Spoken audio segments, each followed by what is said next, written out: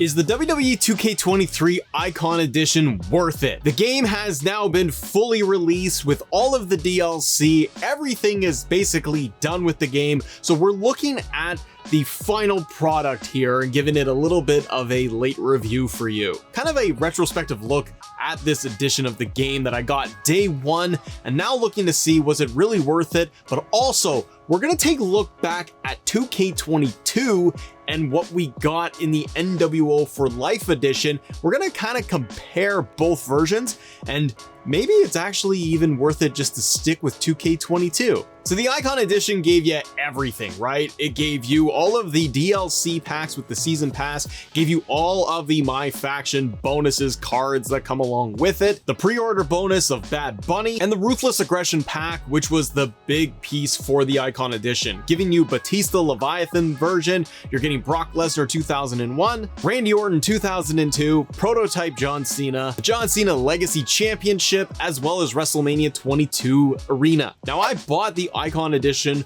for PC and it was coming in at full retail price. You can now get the Icon, the Deluxe, the Standard Edition, all pretty much on sale wherever you look. And 2K22 is like 20 bucks sometimes for the Standard Edition of the game. I bought the Icon Edition because I wanted to be able to experience everything the game had to offer, from the DLC packs to the additional Ruthless Aggression pack, because that's what we do here on the channel, is we cover the wrestling game. So I wanted to make sure that I could properly assess everything the version had to offer and let people know that as the game was coming out with more updates and more DLC, that was it going to be worth it or not. By the way, I don't work with 2K and I'm not a 2K next maker or anything. Dummy, yeah. So I paid for everything out of pocket too. But I started to think recently about the Icon Edition versus the NWO for Life edition from last year. And I started to wonder, which version of each respective game have I enjoyed more from the content side, and which one I got kind of more value out of? Now, last year's game in 22 is interesting in terms of pre-order bonuses and the DLC and the NWO for Life edition in like total value. And again, it's up to the individual what they enjoy better, so this is just my 2 cents. But the NWO for Life edition obviously gave us all of the NWO in the top tier version of the game. From Hollywood Hogan, Scott Hall, Kevin Nash 6, and Eric Bischoff were all included in this version. But you also got Starrcade 96 Rey Mysterio pack. That was going to give you the 96 Rey Mysterio in the Deluxe Edition, the Cross Bundle Edition, as well as the NWO for Life Edition last year. On top of that, if you pre-ordered the game at the time, you were getting 3 different versions of The Undertaker in the Immortals pack, which was in the Deluxe / NWO edition of the game if you pre-ordered it. That was Phantom Mask Undertaker, Lord of Darkness version, and the Boneyard match WrestleMania 36 versions of The Undertaker. Between the two, I got way more enjoyment and use out of last year's pre-order bonuses and the top tier NWO version of the game. For the Ruthless Aggression pack overall, once I went through it just a handful of times, I've really never gone back to play as any of these models. Yeah, it's cool to have them there, but for the cost of what the Icon Edition was at the time, and even now, it's pretty expensive just to get these 4 different characters on top of everything.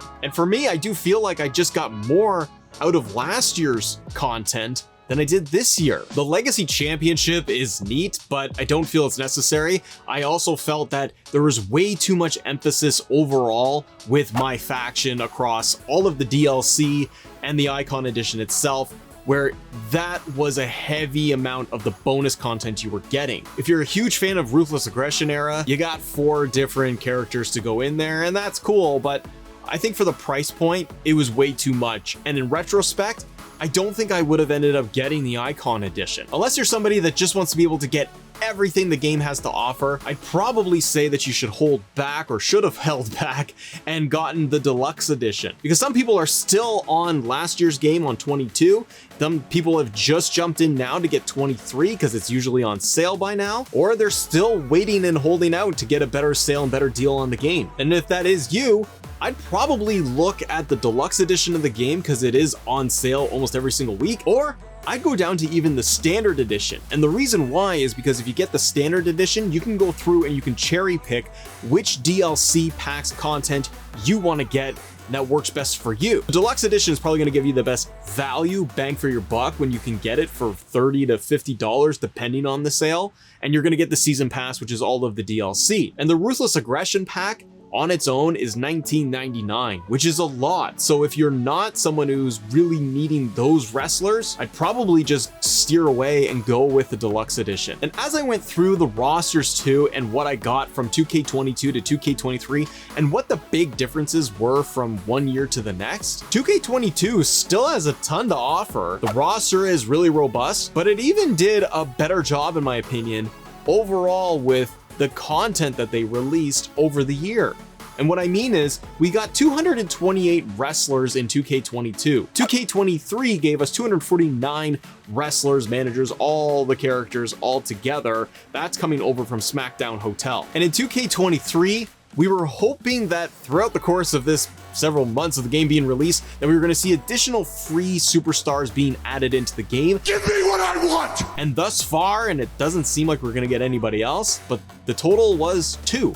We got Mia Yim and Candice LeRae as the free additions for the game being patched in. They added in Uncle Howdy, but that was through the DLC, which obviously you would have to pay for in the Revel with Wyatt pack. 2K22, I think, did a better job with the content drops, because not only did we get all of the DLC, and some of the packs were even bigger than what we got in 2K23, plus the NWO characters, plus Rey Mysterio, well, like 15 versions of Rey, but we got the bonus 96 Rey, but they also dropped in and patched the My Rise characters, and they gave us 7 additional superstars in 2K22. So 2K22 for me gets a big point here because they gave us Alexa Bliss 20, Dijak, King Booker, King Corbin, Nikki Cross, Shawn Michaels 2018, and Shinsuke Nakamura. Now, of course, in 2K23, the roster, the character models, their gimmicks, all of that is newer and it's more up to date. You're getting Judgment Day, but you're still missing a lot with the game, and just kind of apples to apples,